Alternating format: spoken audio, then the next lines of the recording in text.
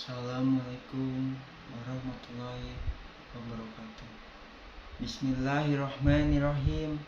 Inna hamdalillah nahmadu wa nasta'inu wa nastaghfiru wa nastahdihi wa na'udzubillahi min syururi anfusina wa min sayyiati amalina.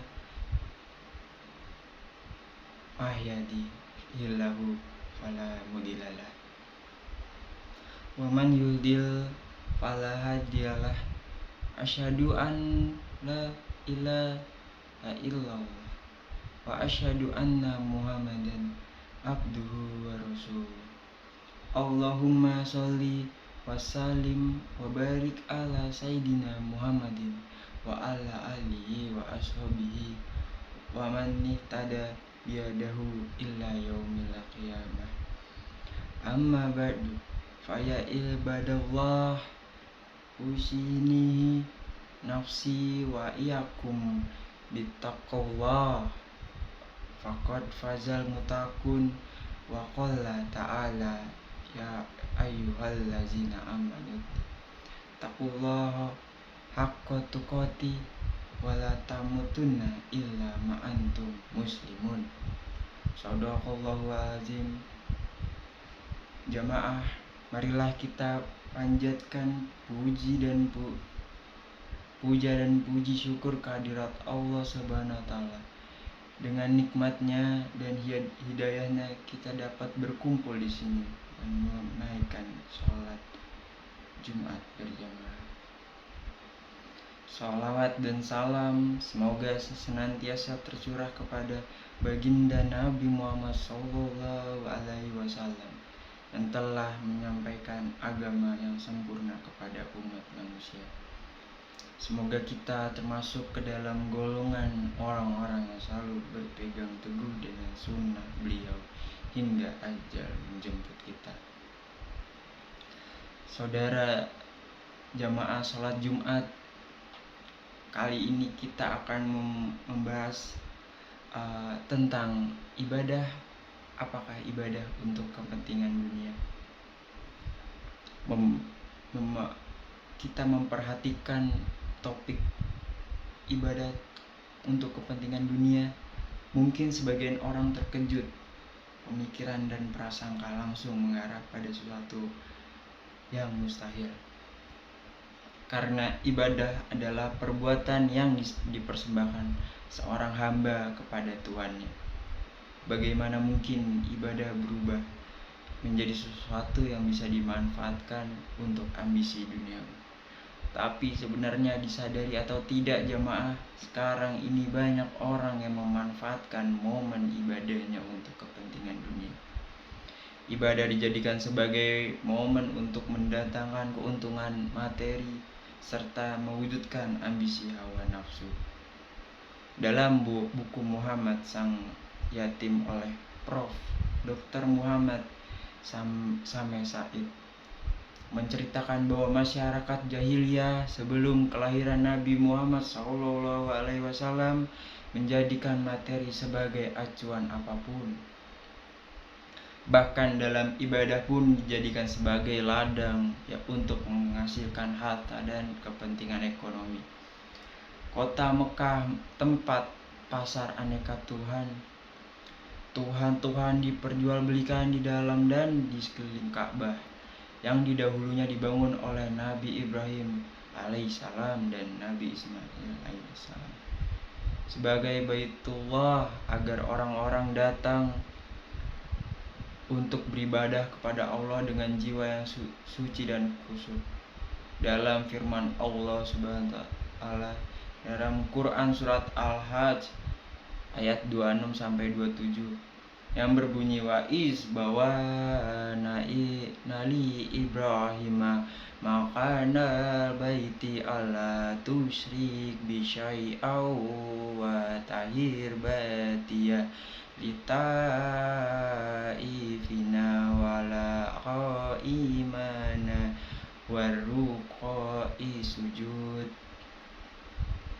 wa iya azin fi nasi bil hajj ya tukarijallahu wala ala kulli damiriyatina min kulli fajin amik, yang artinya, dan ingatlah ketika kami memberikan tempat kepada Ibrahim di tempat Baitullah dengan mengatakan, janganlah kamu menyekutukan orang yang tawaf, orang-orang yang beribadah, dan orang-orang yang ruku dan sujud.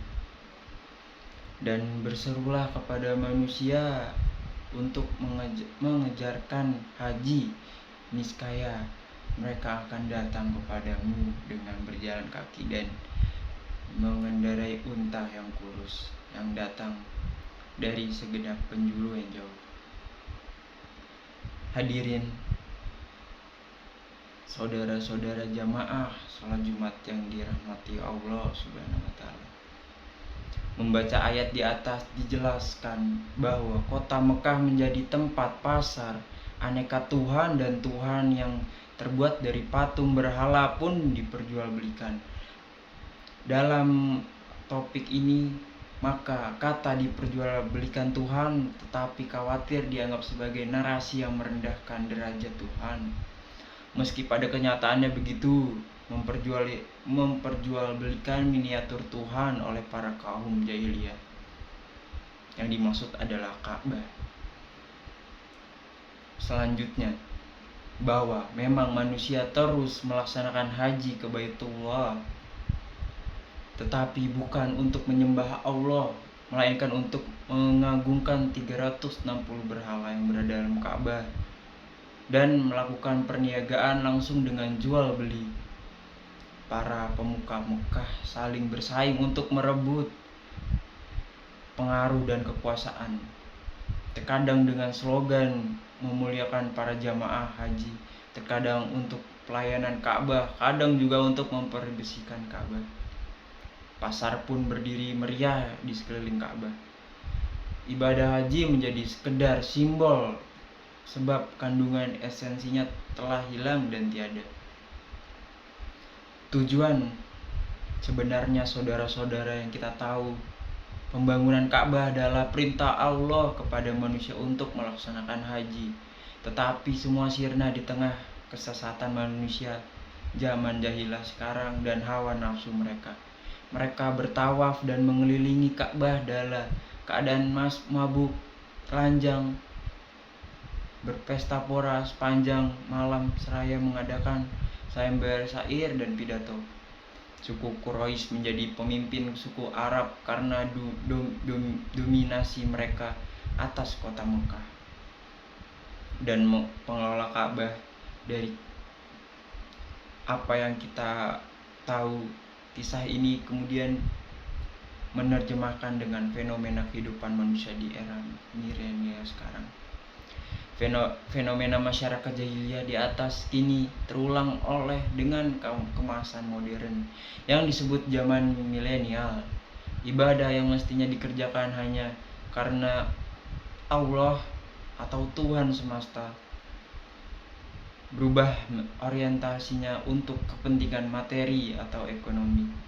Ibadah pun disetting sedemikian rupa agar menambah materi dan punya nilai ekonomi. Sholat dikerjakan agar meyakinkan pembeli pada kehalalan dagangannya. Ibadah haji dikerjakan sebagai promosi keberhasilan bisnis yang meninggikan status sosial masyarakat di Mekah. Ibadah puasa dilaksanakan untuk menunjukkan kesolehan agar masyarakat percaya bahwa ibadah haji dan masyarakat sekitar Ka'bah adalah orang-orang soleh. Begitu juga dengan perusahaan yang mengumrohkan karyawannya atau memberi agar mendapat pengakuan dari masyarakat sebagai perusahaan yang menunjung tinggi nilai agama sehingga diminati bantuan sedekah, infak, dan zakat. Juga didesain menarik simpati masyarakat pada jenis usaha yang sudah digeluti demi kemajuan usahanya. Demikian juga dengan ibadah lainnya yang diformat sebagus mungkin agar yang nampak keikhlasannya, meski pada hakikatnya bahwa usaha untuk menampakkan keikhlasan adalah tanda ketidakikhlasan itu sendiri.